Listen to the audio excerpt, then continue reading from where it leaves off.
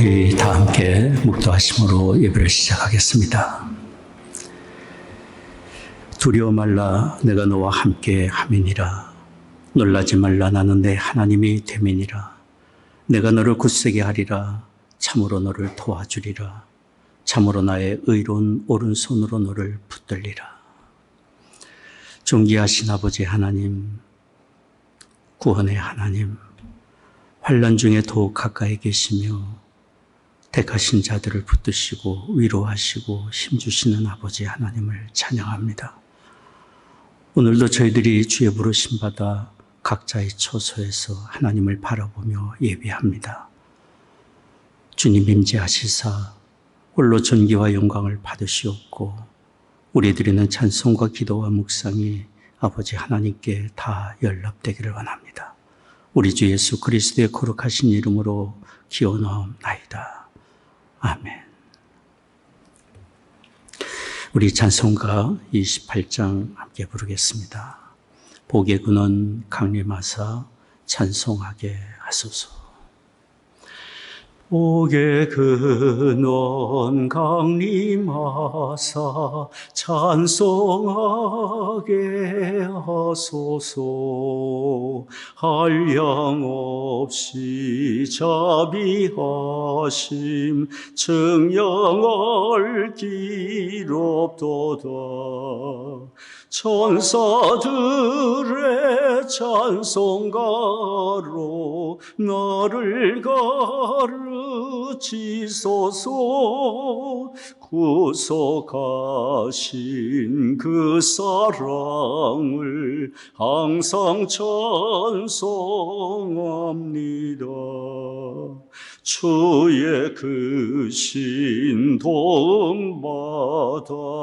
이때까지 왔으니 이와 같이 천국에도 이르기를 바라네.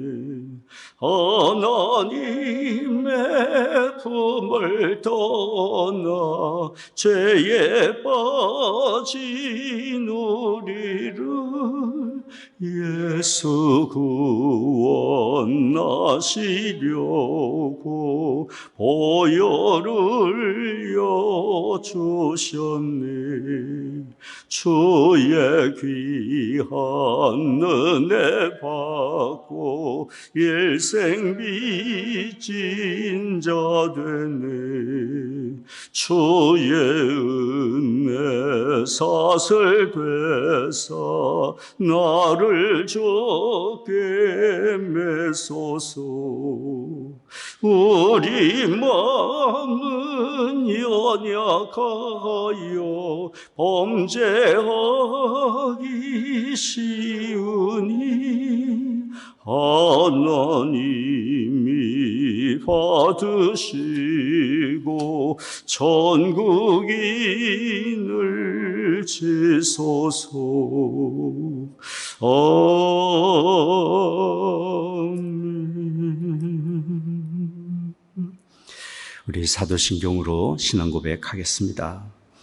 전능하사 천지를 만드신 하나님 아버지를 내가 믿사오며 그 외아들 우리 주 예수 그리스도를 믿사오니 이는 성령으로 잉태하사 동정녀 마리아에게 나시고 본디오 빌라도에게 고난을 받으사 십자가에 못 박혀 죽으시고 장사한 지 사흘 만에 죽은 자 가운데서 다시 살아나시며 하늘에 오르사 전능하신 하나님 우편에 앉아 계시다가 저로서 산 자와 죽은 자를 심판하러 오시리라.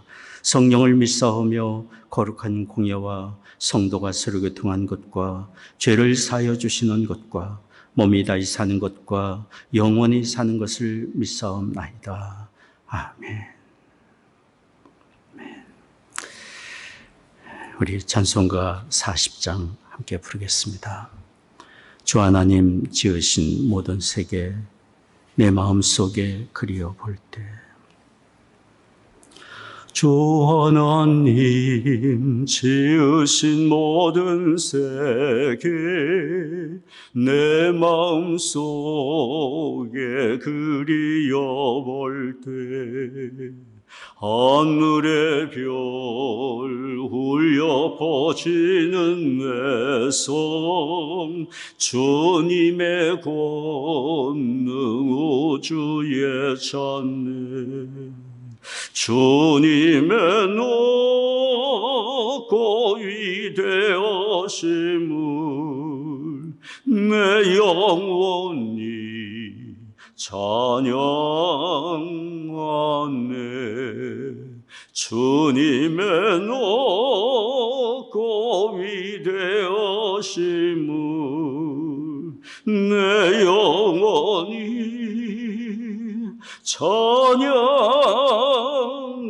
찬양하네 숲속이나 험한 산 골짜기에서 지저귀는 저 새소리들과 고요하게 흐르는 시냇물은 주님의 솜씨 노래하도다 주님의 높고 위대하심을 내 영혼이 찬양하네 주님의 높고 위대하심을 내 영혼이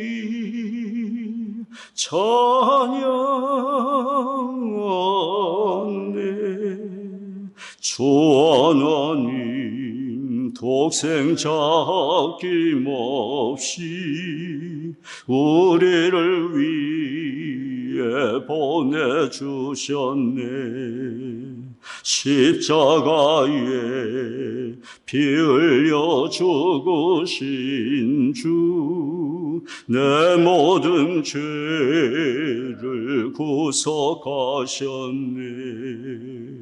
주님의 높고 위대하심을 내 영혼이 찬양하네 주님의 높고 위대하심을 내 영혼이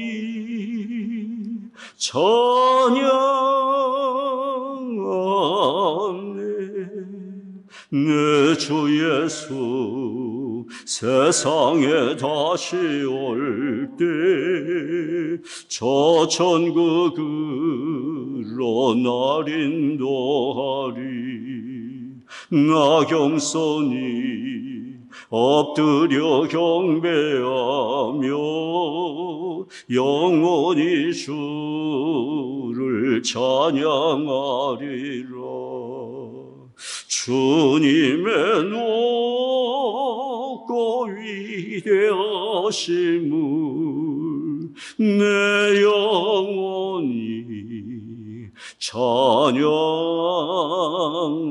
찬양하네 주님의 높고 위대하심을 내 영혼이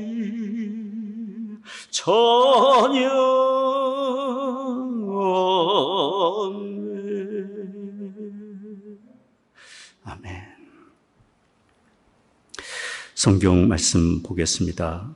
신약성경 사도행전 8장 1절에서 4절까지입니다. 사도행전 8장 1절에서 4절까지입니다. 제가 봉독하겠습니다. 사울이 그의 죽임당함을 마땅히 여기더라.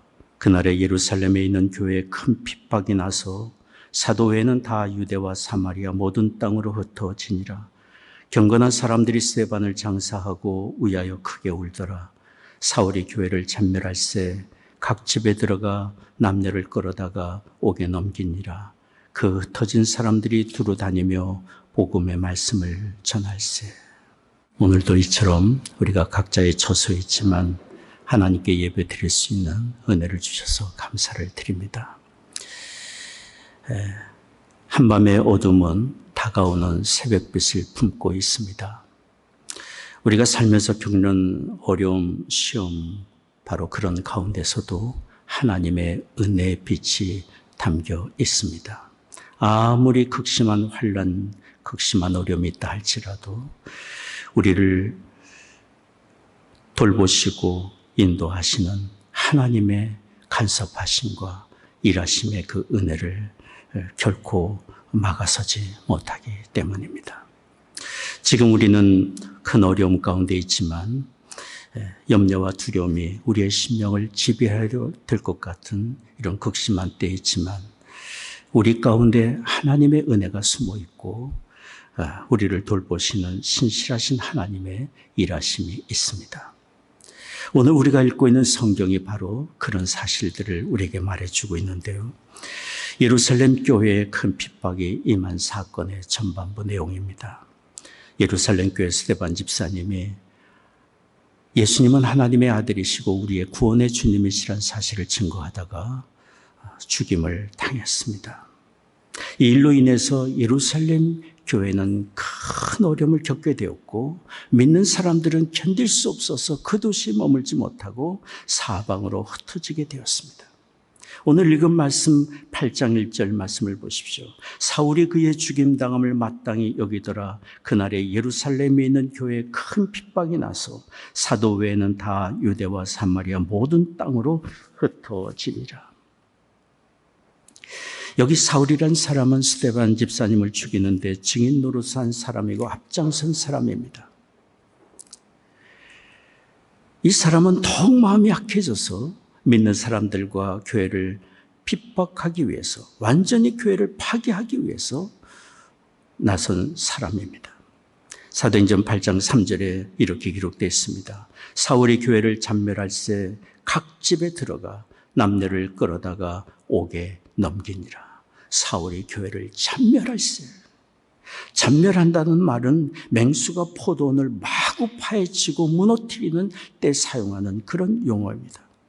사울은 살기가 등등해서 성도들 집집마다 들어가서 믿는 자들을 마구 끌어내고 그들을 고발하고 감옥에 갇히게 했습니다.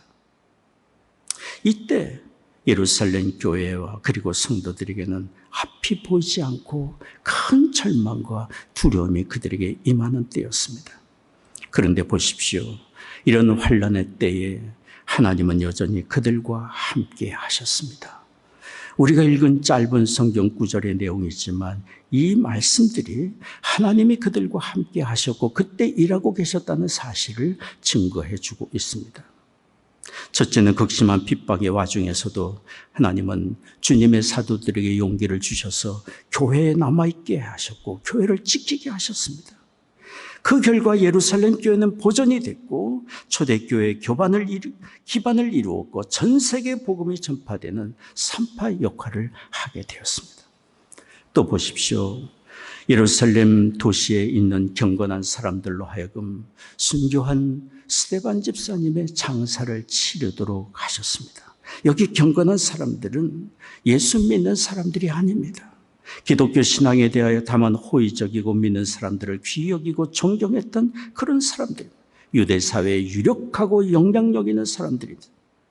바로 이런 경건한 사람들이 스데반 집사님의 장사를 치른 것은 환난을 당하여 마음이 위축되어 있고 두려움에 빠져 있는 성도들의 큰 위로와 용기가 되어준 것입니다. 하나님이 행하신 일입니다. 또 보십시오. 핍박을 피해 흩어진 성도들은 단순한 도망자의 슬픔에 처한 사람들이 아니었습니다. 왜냐하면 그들이 흩어진 곳에서 가는 곳마다 자신을 살리고 구원하신 예수 그리스도의 이름을 증거하며 복음을 증거하고 다녔기 때문입니다. 오늘 읽은 말씀 보십시오. 사도행전 8장 4절입니다. 그 흩어진 사람들이 두루 다니며 복음의 말씀을 전할세.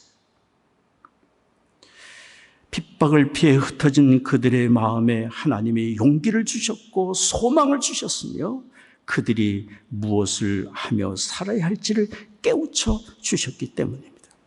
그리고 또 보십시오. 살기에 가득해서 교회와 성도들을 핍박하고 파괴하는 일에 앞장섰던 사울을 하나님은 절대로 그대로 두지 않으셨습니다. 사울이 악한 마음을 가지고 믿는 사람들을 추격할 때 하나님은 그를 추격하셨고, 그가 성도들을 체포하러 다메섹으로 가던 길에 그를 사로잡아 굴복시켰습니다.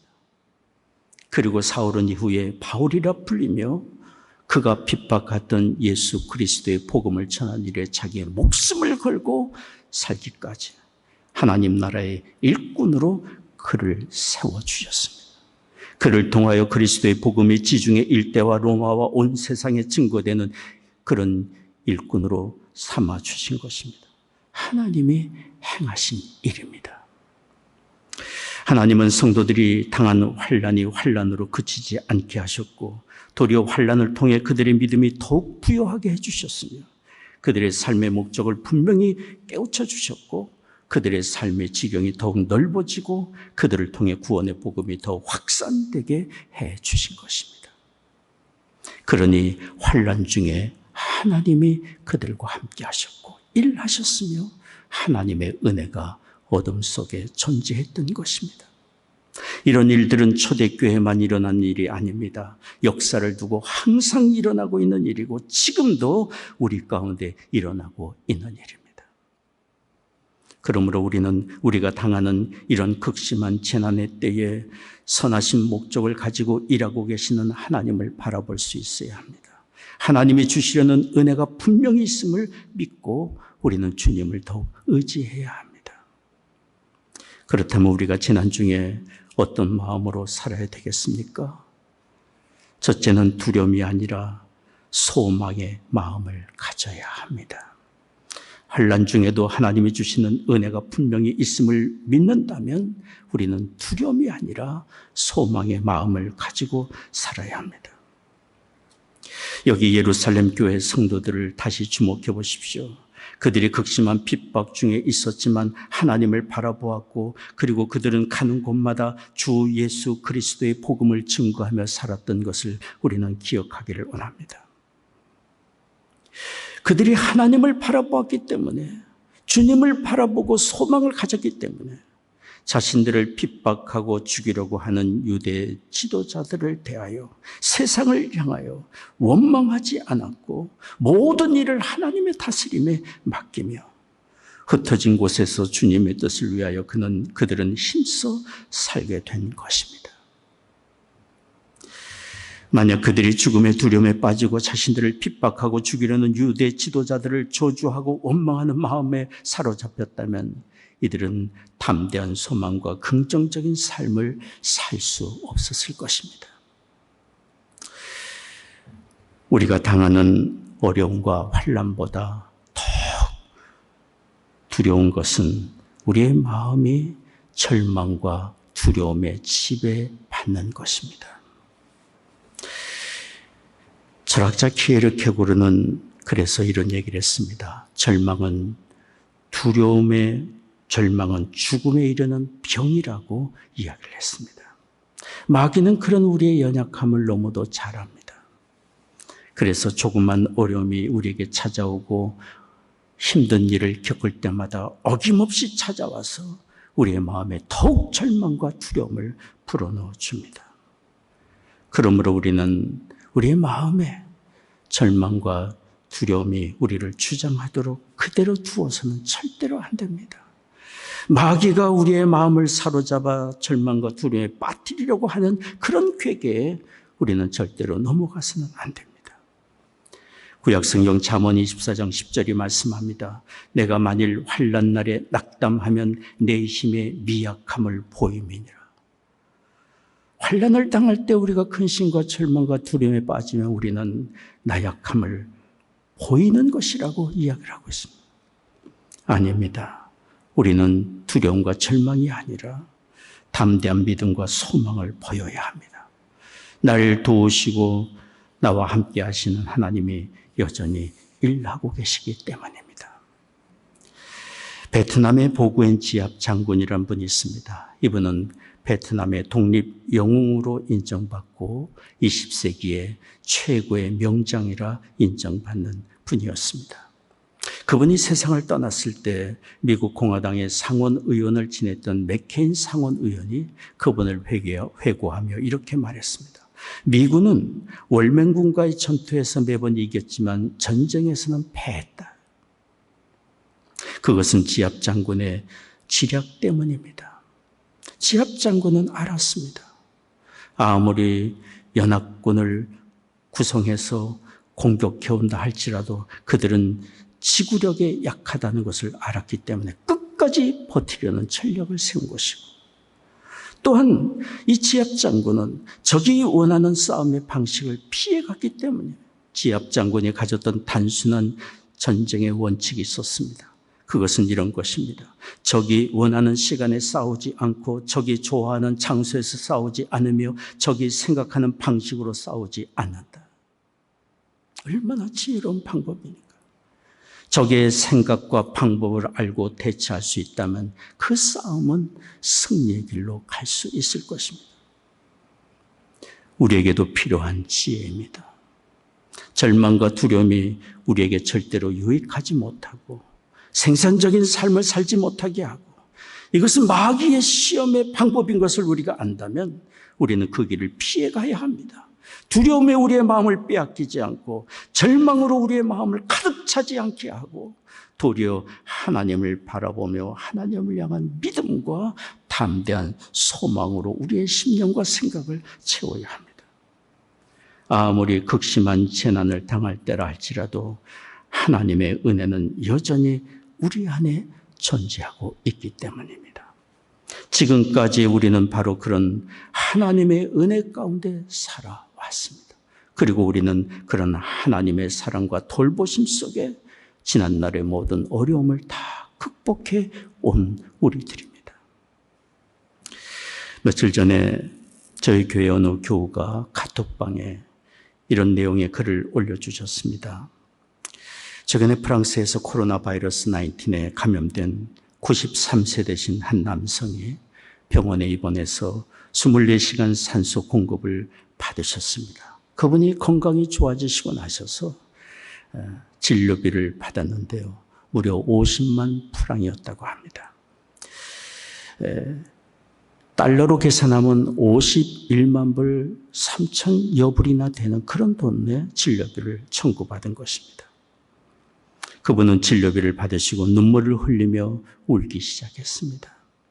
의료진이 그분을 달래면서 진료비가 너무 비싸서 그러시냐고 낙심하지 말라고 위로해 드리려고 했습니다. 그때 남성이 말했습니다. 제가 우는 것은 진료비 때문에 그러는 것이 아닙니다.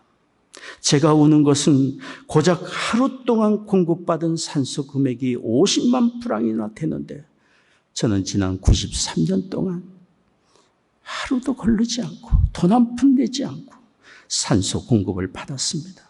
하나님의 은혜가 아닙니까? 저는 하나님께 너무도 많은 빚을 진 사람입니다. 그래서 울고 있는 것입니다. 그렇습니다. 우리는 하나님의 은혜 가운데 지금까지 살아왔습니다. 수많은 역경과 어려움이 있었지만 지금까지 하나님의 돌보심과 사랑 속에서 살아왔습니다. 그리고 우리는 앞으로도 변치 않는 하나님의 사랑과 돌보심 가운데 우리는 살아갈 것입니다. 그러므로 우리는 무슨 일을 당하든지 지금도 날 붙드시고 돌보시는 하나님을 생각하며 그 은혜에 감사하며 담대한 소망을 가지고 우리는 살아가야 합니다. 어둠 속에 품고 있는 빛을 바라보고 재난 속에 여전히 존재하는 하나님의 은혜를 바라보며 담대한 소망을 갖기를 원합니다. 둘째로, 환난 중에 여전히 은혜를 베푸시는 하나님의 그 크신 은혜를 우리가 생각한다면 우리가 당하는 이런 재난의 때에 우리는 지나온 삶을 돌아보며 진정한 삶을 새롭게 시작할 수 있는 기회로 삼을 수 있으면 좋겠습니다. 여기 초대교회 성도들이 그랬습니다. 그들은 교회와 믿는 자들에 대한 핍박으로 유대로 사마리아로 온 지방으로 흩어졌을 때 그들은 하나님을 바라보았고 하나님이 자신들에게 바라시는 것이 무엇인지를 생각하며 주님의 부르심에 순종했습니다. 그들이 깨달은 것은 자신들이 구원받은 그 은혜, 자신들이 만난 구원의 주 예수 그리스도는 예루살렘만 머무는 구원의 주의 이름이 아니라 온 땅 모든 사람들에게 필요한 구원의 주의 이름인 것을 알고 바로 모든 사람들에게 구원의 주 예수 그리스도 이름을 증거하는 것이었습니다. 이것은 예루살렘 교회에 뭉쳐서 살고 있던 성도들에게는 새로운 도전이었고 새로운 삶의 출발이었습니다. 그들은 하나님의 뜻에 굴복했고 하나님의 인도하심을 따라 가는 곳마다 누구든지 예수 그리스도를 믿고 영접하는 사람마다 멸망치 않고 영생을 얻는다는 구원의 복음을 담대하게 증거했습니다. 그 결과는 무엇입니까? 구원의 복음이 예루살렘 도시를 넘어서 유대 전 지역으로 확산됐고 사마리아 도시에 증거됐고 에티오피아 여왕의 국고를 맡은 네시에게까지 복음이 증거되어 멀리 이방 땅까지 구원의 복음이 증거되게 된 것입니다. 지금 큰 재난 중에 있는 우리에게도 이런 믿음의 자세가 필요합니다.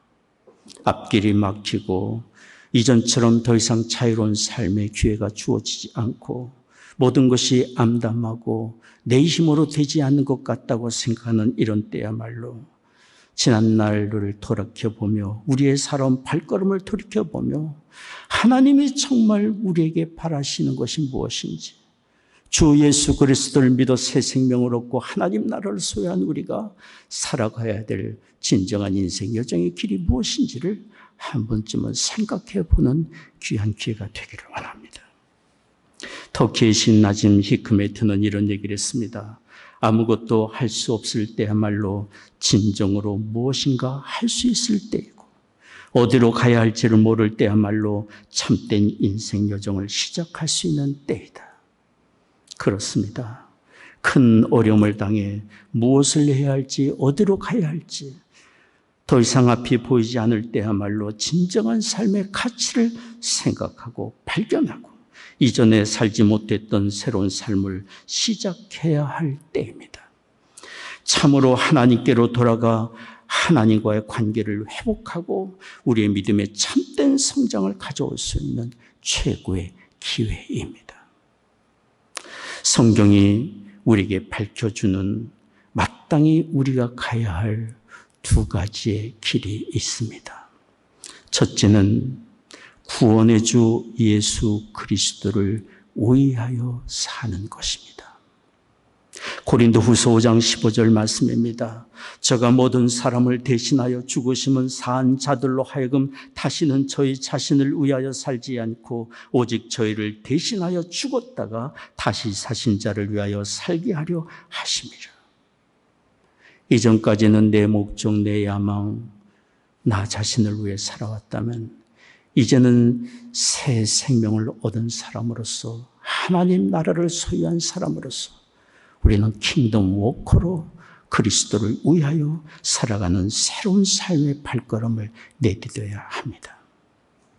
하나님이 그의 아들을 보내주셔서 십자가에서 대속의 피를 흘리시고 우리를 멸망에서 건지시고 영생을 주신 이 복음은 우리에게만 필요한 것이 아니라 이 세상 모든 사람들에게 절대적으로 필요한 구원의 복음입니다.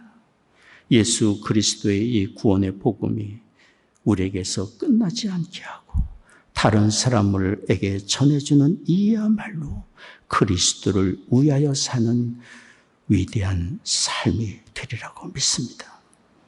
주님은 우리에게 부탁하고 계십니다. 가서 복음을 전하라. 가서 복음을 전하라고 지금 부탁하고 계십니다. 주님의 이런 부탁에 순종한 사람이 있습니다. 영국의 탐험가이고 또한 선교 사역을 감당했던 데이빗 리빙스턴입니다. 그분은 아프리카에 가서 아프리카 사람들을 섬기며 구원의 복음을 증거했습니다. 그의 묘비에는 이런 주님의 말씀이 적혀 있습니다. 또 이 우리에 들지 아니한 다른 양들이 내게 있어 내가 인도하여야 할 터이니 저희도 내 음성을 듣고 한 무리가 되어 한 목자에게 있으리라. 요한복음 10장 16절 말씀입니다. 주님은 우리를 사랑하시고 우리를 주목하고 계시지만 사실 주님의 눈길은 아직 주님의 품에 안기지 아니한 영혼 구원을 받지 못한 사람들에게 가 있습니다. 주께서 말씀하지 않습니까? 아직 우리 안에 들어오지 아니한 양들이 있다. 그들도 내 음성을 듣고 이 우리 안에 들어와 한 목자에게 있어야 되리라 주께서 말씀하고 계십니다. 우리는 주님의 이런 마음을 가지고 주변을 돌아보고 아직도 복음을 모르는 사람, 영혼 구원을 받지 못한 사람에게 관심을 가져야 합니다. 한 사람이라도 더 그리스도께로 인도하는 그런 삶을 살아야 합니다. 인생 여정을 장사라고 여긴다고 한다면 사람을 살리고 사람을 얻는 것이야말로 참으로 큰 이윤을 남기는 장사가 아닙니까? 우리를 통해 멸망의 길로 가던 사람이 영생의 길로 돌이키고 그리스도 밖에 있던 사람이 그리스도 안으로 들어오고 영생을 얻고 하나님의 나라를 소유하게 된다면 이것처럼 생산적인 삶이 어디 있겠습니까? 우리는 이런 재난의 때에 주께서 우리에게 부탁하시고 우리를 통해 간절히 이루기를 원하고 계시는 영혼 구원에 좀 더 생각하고 내가 그리스도를 위하여 살기 위해 할 수 있는 일이 무엇인지를 생각하고 기도하고 시도할 수 있는 우리가 되기를 원합니다. 주님이 우리를 도와주실 것입니다. 두 번째로 성경이 우리에게 말해주고 있는 진정으로 우리가 가야 할 길이 있습니다. 그것은 사랑의 길입니다. 요한복음 13장 34절 말씀입니다. 새 계명을 너희에게 주노니 서로 사랑하라. 내가 너희를 사랑한 것 같이 너희도 서로 사랑하라. 이 말씀은 우리 주님이 십자가를 지시기 전날 밤 우리에게 주신 삶의 계명입니다. 우리의 삶에 아픔이 있고 상처와 괴로움이 있고 불행감이 우리를 지배하고 미움의 감정과 원망이 우리에게 남아있는 것은 사실 우리가 주께서 분부하신 새 계명의 길, 사랑의 길을 아직 가고 있지 못하기 때문입니다. 우리 주님은 허물과 죄로 죽을 수밖에 없는 우리, 소망이 없는 우리에게 찾아오셔서 우리를 사랑하시고 우리를 섬기되 자신을 종의 모양으로까지 낮추셨고 우리를 사랑하시고 우애하시되 자신의 생명을 내어주기까지 사랑하셨습니다. 그런 주님이 우리에게 말씀하지 않습니까? 내가 너희를 사랑한 것처럼, 내가 너희를 위한 것처럼 너희도 서로 사랑하라고 말씀합니다. 주님의 이 말씀을 따라 우리는 서로의 허물을 받아주고 용서하고 사랑으로 섬기며 주님의 뜻을 생각하고 주님 사랑하듯 형제를 그렇게 대한다면 주께서 우리에게 분부하신 진정한 길, 진정한 인생 여정의 길을 우리는 가게 될 것입니다. 이런 사랑의 삶은 작은 일부터 시작될 수 있습니다. 관심과 사랑의 작은 말 한마디에 내가 비록 손해를 볼지라도 다른 사람의 유익을 먼저 생각하고 나누고 섬기며 우리는 사랑을 시작할 수 있습니다. 최근에 신문에 보도된 MBC 방송에서 소개된 내용입니다. 매사추세츠주의 심장 전문의 제뉴아라는 분이 지난 3월 20일 미네소타주 고속도로에서 속도 위반으로 경찰관에게 걸렸습니다. 경찰관이 무슨 이유로 미네소타주까지 오게 되었는지를 물었습니다. 그러자 그 의사는 자신이 코로나 바이러스 19으로 인해 한 달에 한 번 이렇게 돕기 위해 미네소타로 오고 있다고 대답을 했습니다. 그러자 그 경찰관은 환자를 돌보아야 할 의사가 속도를 위반하는 것은 무책임한 행위라고 엄중히 경고를 했습니다. 그러나 속도 위반 고지서를 발부하지는 않았습니다. 그렇게 대화를 주고받는 중에 경찰관의 눈에 그 의사 옆에 있는 가방에 헌 마스크가 있는 것을 보게 되었습니다. 경찰관은 자신이 지급받은 N95 마스크 5개를 그 의사에게 건네주었습니다. 그 경찰관은 의료물자가 부족해서 의료진들이 고생한다는 이야기를 들었기 때문입니다. 그날 그런 경험을 한 심장 전문의 제니아는 자신의 페이스북에 이런 글을 올렸습니다. 나는 그날 마스크를 받고 눈물을 터뜨렸습니다. 나보다 더 최일선에서 일하는 그 경찰관에게 정말 욕이 나고 필요한 것인데 그분은 내게 자신의 소중한 마스크를 주었던 것입니다. 사랑은 명사적 개념이라기보다 일어나 움직이는 동사적 개념입니다. 자신을 내어주는 것이 진정한 사랑입니다. 때로는 사랑을 베풀며 손해도 보고 억울한 일을 당하기도 하고 희생의 자리까지 가야 할 때가 있습니다. 그러나 진정한 사랑은 자기를 내어주는 진정한 사랑은 사람을 세우고 사람을 살리며 하나님의 뜻을 이루는 위대한 역사를 이룹니다. 우리 자신을 내어주는 이런 사랑으로 우리는 하나님의 뜻을 이루는 새로운 삶, 진정한 인생 여정의 길을 갈 수 있습니다. 저는 믿습니다. 이 재난을 통해 하나님께서 분명히 우리에게 주시는 은혜가 있음을 믿습니다. 담대한 소망을 가지고 주께서 우리에게 주시려고 하시는 새로운 삶, 진정한 삶의 여정의 길을 시작할 수 있는 이 기회가 되기를 원합니다. 기도하겠습니다.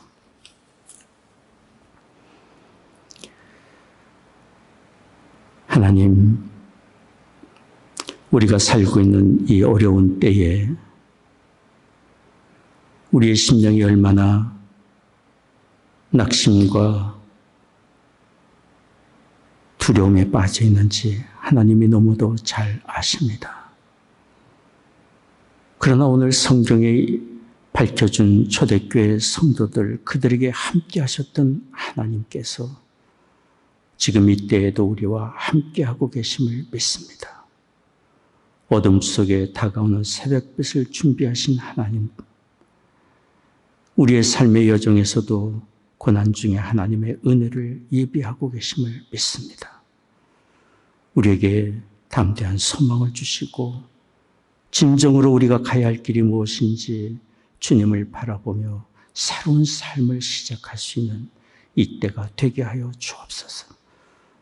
오늘도 주님 앞에 예배하며 헌금을 구별하여 드립니다. 우리의 심령을 드리며 삶을 드립니다. 하나님의 거룩한 도구가 되게 하여 주옵소서. 허락해 주신 가정마다 믿음과 사랑으로 든든히 세워져 가게 하여 주옵시고 우리의 자녀들 이룬 가정과 학업의 현장과 일터에 하나님의 크신 은혜 내려와 주시며 성도들 가정에 경영하는 사업과 일터마다 함께하여 주시고 이 어려움의 때에 사업터 일터마다 가정마다 경제적으로 어려움이 없도록 하나님 공급해 주시옵소서. 육신의 연약함 가운데 있는 성도들 치유의 광선을 비추어 주옵시고 마음의 염려와 두려움이 없게 하시며 참된 위로와 평강과 소망을 내려 주옵소서. 사랑하는 조국과 북녘 등 하나님의 은혜 창중에 의탁합니다. 한국과 미국 온 세상에 코로나 바이러스로 인하여 어려움을 겪고 있는 이때에 긍휼과 자비를 베풀어 주옵시고 치유의 은혜를 내려와 주옵소서. 소망을 주옵소서. 감사하고 우리 주 예수 그리스도의 거룩하신 이름으로 기도하옵나이다. 아멘.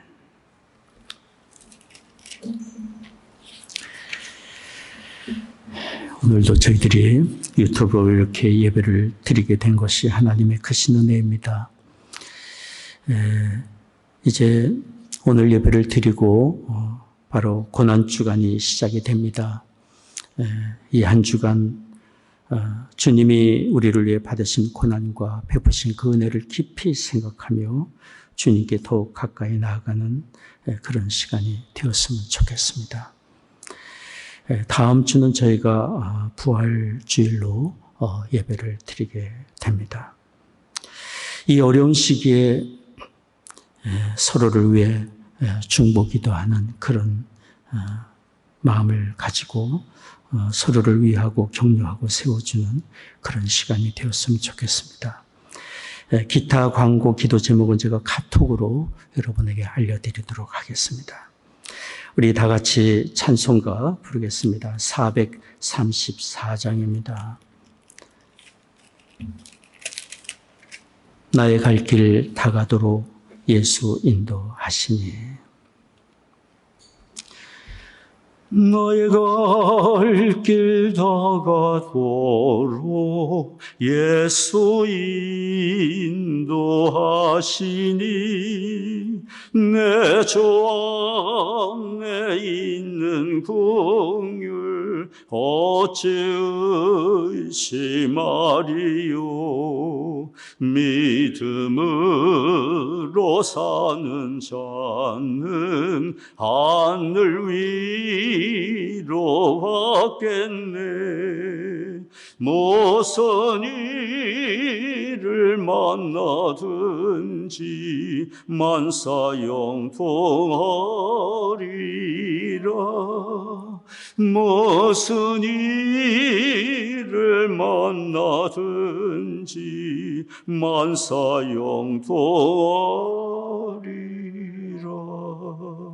나의 갈 길 다가도록 예수 인도하시니 어려운 일 당할 때도 족한 은혜 주시네. 나는 심히 고단하고 영원 매우 가라나. 나의 앞에 반석에서 샘물 나게 하시네. 나의 앞에 반석에서 샘물 나게 하시네.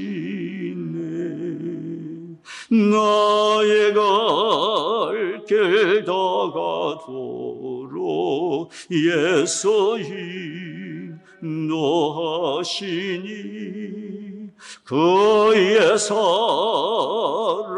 어찌 큰지 말로 할 수 없도다. 성령 감화 받은 영혼 하늘 날아갈 때에 영영 부를 나의 찬송 예수 인도하셨네. 영영 부를 나의 찬송 예수 인도하셨네.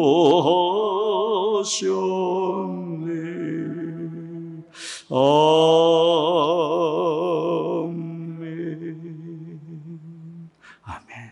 기도하겠습니다. 지금은 우리의 구원의 주 예수 그리스도의 은혜와 하나님 아버지의 크신 사랑하심과 성령의 위로 교통 임재하심이 오늘 예배하던 또 삶의 현장으로 돌아가는 성도들의 심령과 가정과 산업의 현장에 이제로부터 영원히 함께 하시기를 축원하옵나이다.